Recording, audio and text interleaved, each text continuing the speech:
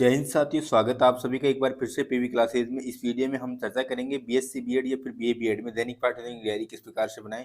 और दोस्तों, यदि आपने अभी तक हमारे टेलीग्राम चैनल को ज्वाइन नहीं किया, टेलीग्राम चैनल भी ज्वाइन कर लीजिएगा, जिसके लिंक आपको डिस्क्रिप्शन में मिल जाएगी। दोस्तों, इस वीडियो में हम चर्चा करेंगे हिंदी विषय में। पाठ्य प्रकरण है रहीम के दोहे। इस पर लेसन प्लान किस प्रकार से बनाना है, तो अंत तक बने रहेगा हमारे साथ। सबसे पहले लिखना है दिनांक, जो भी दिनांक को प्रस्तुत करते हो, जिस भी कक्षा का टॉपिक का कक्षा लिखनी है। इसके बाद जो भी कालांश है, फिर संबंध इकाई पद, विषय है हिंदी, प्रकरण है रहीम के दोहे। इसके बाद उद्देश्य ज्ञानात्मक, कलापक्ष, भावपक्ष। विद्यार्थी रहीम के दोहे के भाषा तत्वों का प्रत्यभिज्ञान में प्रत्याशमन कर सकेंगे। विद्यार्थी दोहों में आए नवीन शब्दों को स्वराघात बलाघात द्वारा शुद्ध उच्चारण कर सकेंगे। अर्थ ग्रहण, विद्यार्थी रहीम के दोहे को मनोयोग से सुनकर उनका सार ग्रहण कर सकेंगे। विद्यार्थी रहीम के दोहों को पढ़कर उनके विचार तथा तथ्यों का चयन कर सकेंगे। अभिव्यक्ति, विद्यार्थी सहस्वर दोहा पाठ करके अपनी मौखिक अभिव्यक्ति प्रस्तुत करेंगे। विद्यार्थी मुहावरेदार भाषा का प्रयोग कर सकेंगे। अभियोग्यता, विद्यार्थी उचित स्वर, आरोह अवरोह से कविता पाठ करने की अभियोग्यता विकसित कर सकेंगे। अभिरुचि, विद्यार्थी रहीम के दोहे पढ़कर सद साहित्य एवं उनके कवियों के प्रति रुचि उत्पन्न कर सकेंगे। विद्यार्थी अन्य कविताओं को कंठस्थ कर सकेंगे। अभिवृत्ति, विद्यार्थी रहीम के दोहे के माध्यम से त्याग की भावना का विकास कर सकेंगे। इसके बाद सहायक सामग्री, लपेट फलक, झाड़न, श्वेत वार्तिका, संकेतक, चार्ट आदि। शिक्षण विधि, व्याख्यान विधि, स्पष्टीकरण विधि, प्रश्नोत्तर विधि, पूर्व ज्ञान। विद्यार्थी रहीम के दोहे के बारे में सामान्य जानकारी रखते हैं। इसके बाद आपको प्रस्तावना प्रश्न करने होते हैं। तो प्रस्तावना प्रश्न 5 प्रश्न करने होते हैं।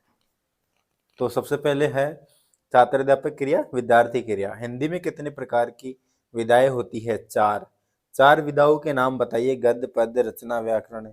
पद्य में किस प्रकार की रचना होती है? दोहा, चौपाई, कविताएं।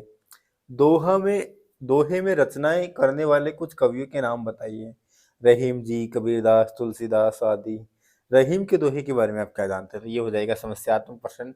इसके बाद उद्देश्य कथन करना है। अच्छा तो बच्चों, आज हम रहीम के दोहे का विस्तार से अध्ययन करेंगे। इसके बाद पहला अध्यापन बिंदु है, यहाँ से प्रस्तुतिकरण स्टार्ट हो जाता है।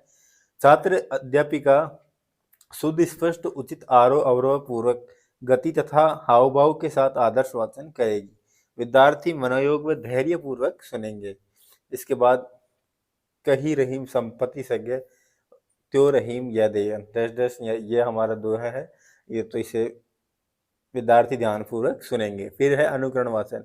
छात्र अध्यापिका विद्यार्थियों को पाठ के अनुकरण वाचन का आदेश देगी। विद्यार्थी निर्देशानुसार अनुकरण वाचन करेंगे। अशुद्धि संशोधन, छात्र अध्यापिका विद्यार्थी द्वारा उच्चारित अशुद्ध शब्दों को अन्य विद्यार्थियों की सहायता से शुद्ध कराएगी। विद्यार्थी निर्देशानुसार शुद्ध वाचन करेंगे। इसके बाद अशुद्ध शब्द और शुद्ध शब्द आपको लिखने हैं। श्यामपट पर लिखते हुए और समझाते हुए चलना है। विद्यार्थी ध्यानपूर्वक देखेंगे, समझने का प्रयास करेंगे। इसके बाद कठिन निवारण, छात्र अध्यापिका विद्यार्थियों को पाठ में आए कठिन शब्दों का निवारण कराएगी। अब जो भी कठिन शब्द है, जैसे सही का सहीना, विपत्ति का मुसीबत, तो मोह का प्रेम, तो इस तरह से ये श्यामपट पर लिखते हुए और समझाते हुए चलना है कि इनका अर्थ क्या होगा। विद्यार्थी ध्यानपूर्वक देखेंगे, समझेंगे, समझने का प्रयास करेंगे। इसके बाद बोध प्रश्न, छात्र अध्यापिका पाठ में आए बोध प्रश्नों की विद्यार्थियों से पूछेगी। मनुष्य के बहुत मित्र कब बनते हैं? संपत्ति होने पर। मछली किससे प्रेम करती है? जल से।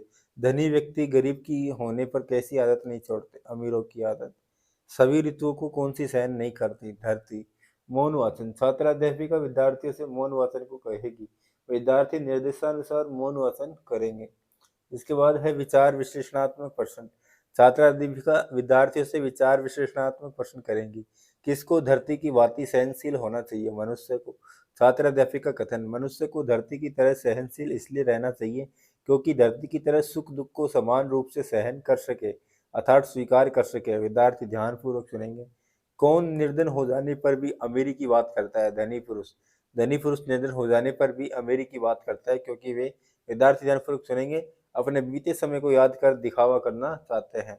रहीम जी कहते हैं कि जब तक मनुष्य डैश वही सच्चा मित्र होता है। सारांश कथन, विद्यार्थी ध्यानपूर्वक सुनेंगे। इसके बाद आपको मूल्यांकन प्रश्न करने होंगे। सही विकल्प का चयन कीजिए। में है शब्द का अर्थ है, इसमें 4 ऑप्शन दिए हुए हैं। रिक्त स्थान की पूर्ति कीजिए। विपत्ति, कसौटी, जे कसे, खालिस्तान, साचे में। इसके बाद सत्य का चयन करना है। सज्जन पुरुष स्वयं के लिए ही संपत्ति का संग्रह करती है, ये सत्य है, ये असत्य है। इसके बाद सरोवर स्वयं पानी क्यों नहीं पीता है, ये क्वेश्चन हो गया। इसके बाद एक क्वेश्चन आपको गृह कार्य के लिए देना है, रहीम के दो दोहे लिखिए। तो इस तरह से हमारी हिंदी विषय में डेली लेसन प्लान रहीम के दोहे प्रकरण पर कंप्लीट होती है। धन्यवाद। जय हिंद, जय भारत।